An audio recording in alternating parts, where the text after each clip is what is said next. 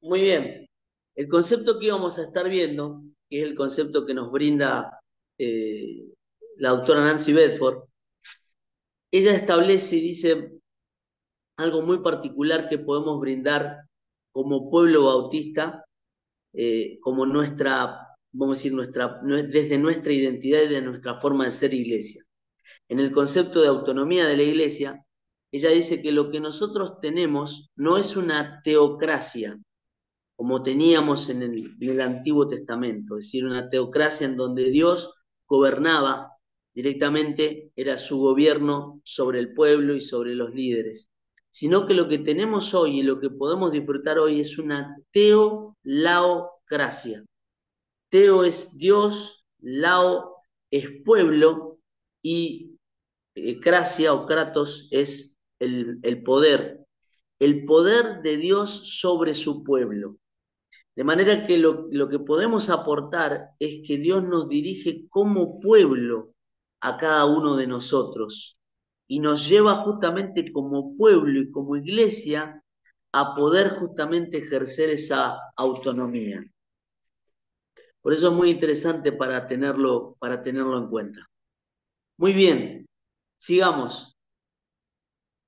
Relación entre denominacionalismo y organización eclesial. Una parte de la identidad de las denominaciones evangélicas pasa por su forma de organización. Como expresamos en la presentación de la materia, todas las iglesias asumen que su forma de organización responde a una interpretación de las escrituras, en cuanto a quiénes son los autorizados a tomar decisiones. Pero convencamos que no es tan fácil responder a la pregunta de Anderson. ¿Contiene el Nuevo Testamento las bases de una constitución eclesiástica? Así como en aquella moneda española de mediados del siglo pasado es común que la estructura eclesial legitime su estructura de autoridad invocando a Dios como fuente de razón y de justicia, de la cual aseguran su porvenir.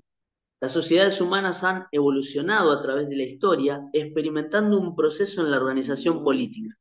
La monarquía, el gobierno de unos sobre todos, la aristocracia, el gobierno de unos pocos, o la democracia, el gobierno de muchos. Pareciera que las estructuras de las denominaciones cristianas responden a algunos de estos modelos que se asumen como bíblicos y que son aplicados de dos dimensiones. En la micro, en el gobierno de la iglesia, y en la macro, en la forma de interrelación con otras iglesias de su misma denominación. El estilo de gobierno episcopal admite una organización especialmente vertical a nivel de la comunidad local o de creyentes. El sistema de relación con las demás iglesias de su denominación experimenta niveles similares en el nivel episcopal. El estilo presbiteriano o el gobierno presbiteriano adopta un modelo más conciliar, en que las decisiones de la iglesia se toman en un espacio de coordinación elevado por encima de la comunidad de fieles. Esta modalidad se presenta en diferentes formas practicadas. El presbiterio puede tomar las decisiones, los ancianos o el equipo pastoral. Y el estilo de gobierno congregacional supone la participación en las decisiones de todos aquellos que integran formalmente la iglesia, es decir, que los fieles elaboran y obedecen al gobierno de sí mismos. Este último concepto podría ser confundido con la anarquía, ausencia de gobierno, pero en cambio aplica la autonomía. En este caso, la comunidad se compromete luego de aceptar unas normas a la unas normas autodeterminadas a regirse por ellas.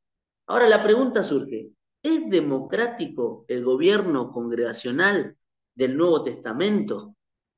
¿Es democracia lo que tenemos? Y acá es donde tenemos que hacer alguna salvedad y que como denominación también tenemos un aporte para dar. Nosotros debemos convenir que el gobierno congregacional tiene pocos puntos de comparación con el gobierno democrático. ¿En qué sentido? En primer lugar, en que el concepto de democracia ha sido un ideal de los atenienses y es anacrónico el pensamiento del Nuevo Testamento. En segundo lugar, el modelo de democracia de la modernidad se refiere al gobierno de muchos y no de todos. Y en tercer lugar, el modelo político que conocemos es más bien representativo, ya que se gobierna por representantes y no directamente. Por último, un modelo de gobierno del espíritu en la Iglesia no permite la batalla de la mayoría contra la minoría, porque el consenso es la señal del espíritu. Para el caso del gobierno congregacional bien practicado, es mucho más acabado que las versiones espurias de la democracia que conocemos. Es decir, que nosotros cuando hablamos de gobierno congregacional no hablamos necesariamente de gobierno democrático, sino que hablamos de la participación de todos. Por eso no es el gobierno de muchos, sino es el gobierno en consenso de todos. Obviamente que en la práctica eso lleva un trabajo que es mucho mayor, pero ese es el ideal. El ideal es que sea el gobierno de todos y es buscar estructuras que nos permitan el gobierno de todos en la autonomía de la iglesia y no solamente de los muchos. Y no es una pelea entre minoría y mayoría, o lo que la mayoría decida entonces está bien, sino que tenemos que ver que muchas veces la minoría puede tener inclusive la razón. Por eso necesitamos ver justamente la necesidad de consenso y la necesidad de que el gobierno se establezca a la luz de consensos. Muy bien. Eh, yo no sé, estamos en hora, no sé si hay alguna posibilidad de seguir adelante, si hay algunos minutos más como para seguir, eh, o si, Sí, te podés si tenemos extender hasta aquí. unos 10, 15 minutos más, que es lo Ah, que bueno, siempre vemos, que entre las 8 y 8 y cuarto terminamos, o justo las bueno. 8, así que si querés darle 15 minutos más, no sé cómo están los hermanos ahí. Sí, también hay que guardar el video anterior y que todavía está ahí guardándose Ah, nos Bien, viene para bien no entonces perder. entonces, seguir. Está bien, bien. algunas Hola. luces rojas a tener. Hablar de la monarquía de Cristo en la iglesia es una verdad relativa, que no se cumple directamente ni siquiera en el Nuevo Testamento. En cambio, esta se complementa con la participación directa de la iglesia en las decisiones de sí misma. De modo que el calificativo de teocracia no tiene validez en una estructura trinitaria, sino que, como lo decíamos hoy, el concepto es el concepto de teolaocracia. Cada estilo de gobierno eclesial tiene su historia y su tradición, de manera que el tiempo les ha servido para decantar los vicios que suponen las distintas modalidades. Como hemos dicho anteriormente, todos los modelos poseen riqueza, pero son susceptibles de extremos y de perversiones. El episcopalismo podría degenerar en una monarquía absoluta. El presbiterial podría marginar totalmente a los clérigos de los no clérigos. El congregacional podría convertirse en un congregacionalismo salvaje en el que el liderazgo pastoral es considerado como un ente aparte de la iglesia, o aún podría convertirse en el gobierno de unas pocas familias o miembros fundadores. Cada gobierno tiene su extremo si lo dejamos que se vaya hacia ese lugar. Por eso es necesario tener un equilibrio. Para la iglesia que apetece en estilos estructurales ajenos, corren dos riesgos muy comunes. Primero, modificar repentinamente un modelo de organización al que ya estaba acostumbrado. Por ejemplo, cuando salta de un modelo congregacional a uno episcopal. En estos casos es común el desconocimiento de los controles y formas en que otras iglesias han aprendido históricamente a rendir cuentas. Por ejemplo, los que han tenido un modelo congregacional aspiran a uno episcopal y suelen suponer ingenuamente que los obispos no rinden cuentas a las congregaciones ni a sus superiores. Segundo, perder uno de los elementos fundamentales de su propia identidad denominacional, como en el caso de los bautistas, es el gobierno congregacional. Por eso es interesante que podemos aportar a la historia desde nuestro lugar y conociendo un poco el movimiento, un poco la forma de ser bautista, no por el hecho de ser bautista, sino por lo que podemos aportar como cristianos bautistas dentro de lo que es el cristianismo y lo que podemos justamente manifestar como tales.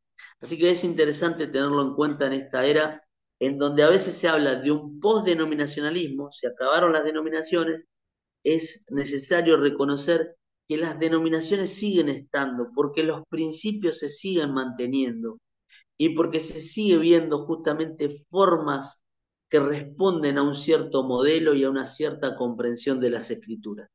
Por eso tenemos que reconocer, por lo menos desde mi posición, que no está tan acabado como se menciona o se dice las denominaciones, sino que tienen algo para aportar y algo para enriquecer a nuestra historia del cristianismo.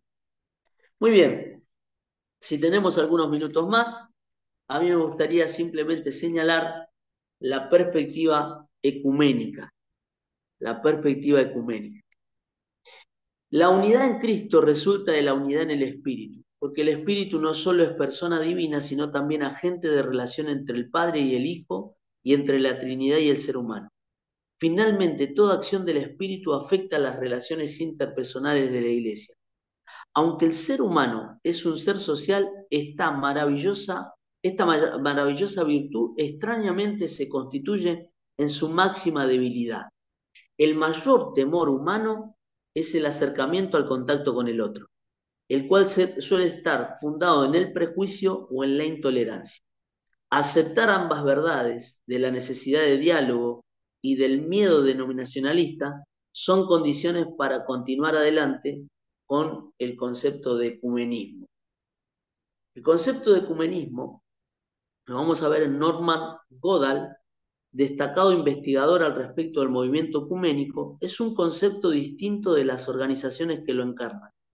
Por ejemplo, el Concilio Mundial de Iglesias o el movimiento estudiantil cristiano, por el cual en este apartado intentaremos discernir el uno de las otras. El término ecumenismo fue acuñado a fines del siglo XIX con un énfasis primordial: la unión de las iglesias en favor de la misión hacia el mundo, ya que el griego oekumene se refiere a toda la tierra habitada. Debemos el énfasis por esta unión en las misiones al misionero bautista a la India, Guillermo Carey. Este introdujo la idea de crear una asociación general de todas las denominaciones cristianas existentes en las 4 partes del mundo a los efectos de proclamar el mensaje del Evangelio. A los inicios del siglo XX, la realidad encontró a la Iglesia, denominaciones o confesiones, haciendo tremendos esfuerzos en paralelos o superponiéndose con sus compañeros de misión, y aún algunas compitiendo severamente. Todos estos aspectos negativos fueron asimilados por los destinatarios de las labores misioneras, cuyas disputas sobre la validez de uno u otro modelo de misión sirvieron para incrementar el denominacionalismo a ultranza. Sin embargo, los encuentros constantes que se iniciaron en 1854 y se ampliaron hacia la Asamblea Misionera de Edimburgo en 1910 hicieron que las iglesias allí representadas se expresaran de las siguientes maneras.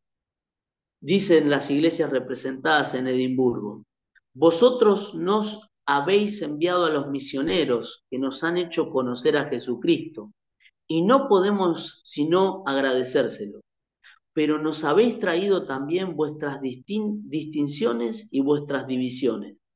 Nosotros os pedimos que prediquéis el Evangelio y que dejéis que sea el Cristo, el Señor, quien suscite en nuestro pueblo, bajo la solicitación de su Espíritu Santo, la Iglesia conforme a su exigencia. Todos los sismos con que habéis clasificado la predicación del Evangelio entre nosotros. Muy interesante esa perspectiva. Si, como hemos mencionado antes, el principio de asociación proviene de una intrínseca coherente con el reino de Dios, entonces el movimiento ecuménico hace un gran aporte desde mediados del siglo XX, ha gestado espacios de diálogos permanentes sobre la paz, los derechos humanos, de preocupación universal, constituyéndose en un serio objetor de conciencia hacia el orden cultural establecido. Hay diferentes clases de ecumenismo. El teólogo metodista unión del Comité Central del Concilio Mundial de Iglesias en Utrecht en 1938, la percepción acerca de los niveles de ecumenismo en 3 categorías. La primera, ecumenismo primero, se refiere al de las guerras, que suele ser sumamente lento. La segunda, el ecumenismo, es relativo al de las instituciones a nivel nacional, que cobra mayor celeridad.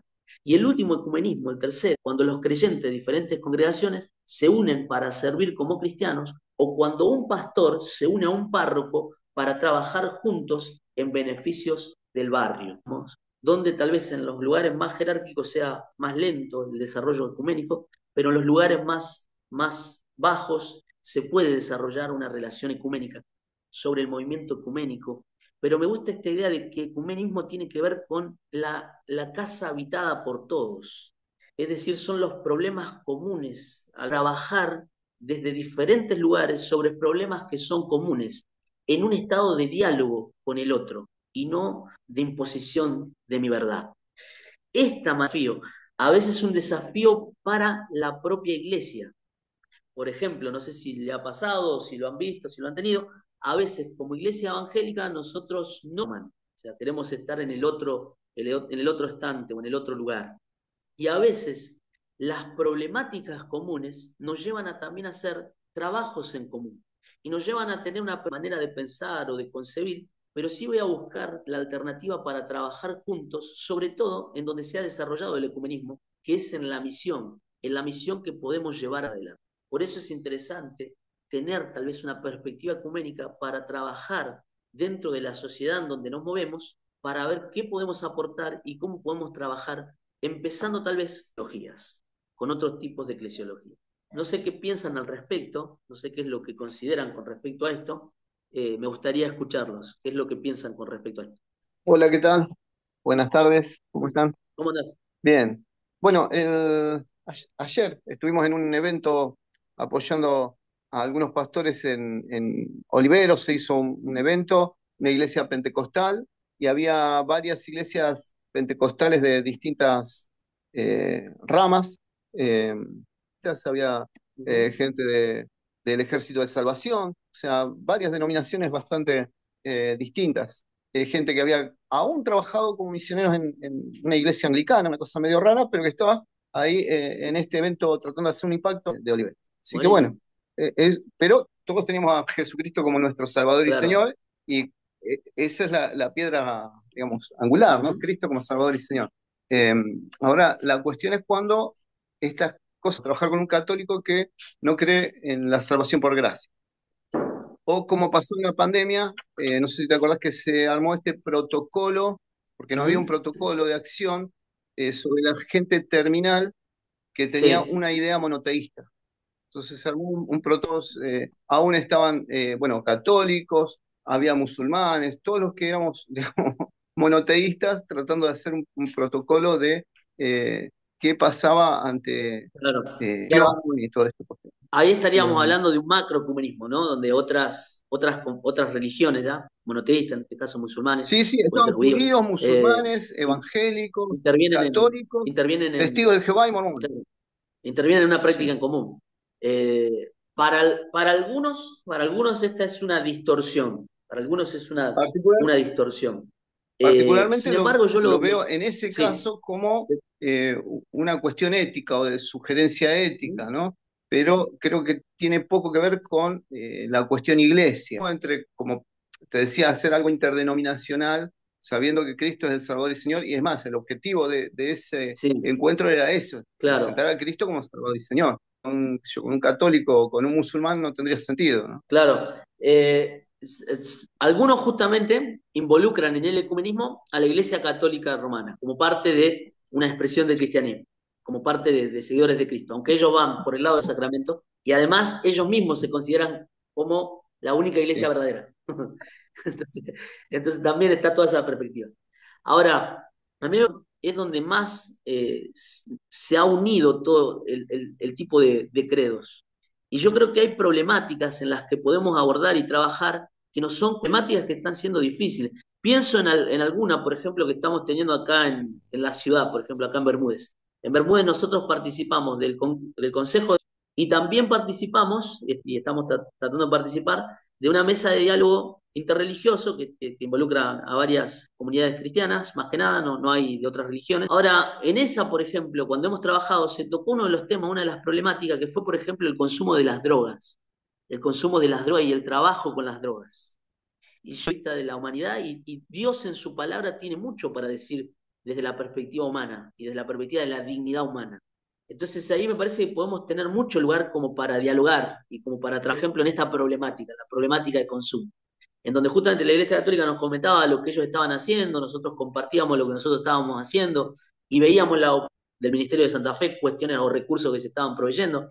Me parecía bastante interesante como para abordar también un tema y una problemática que nos atraviesa a todos.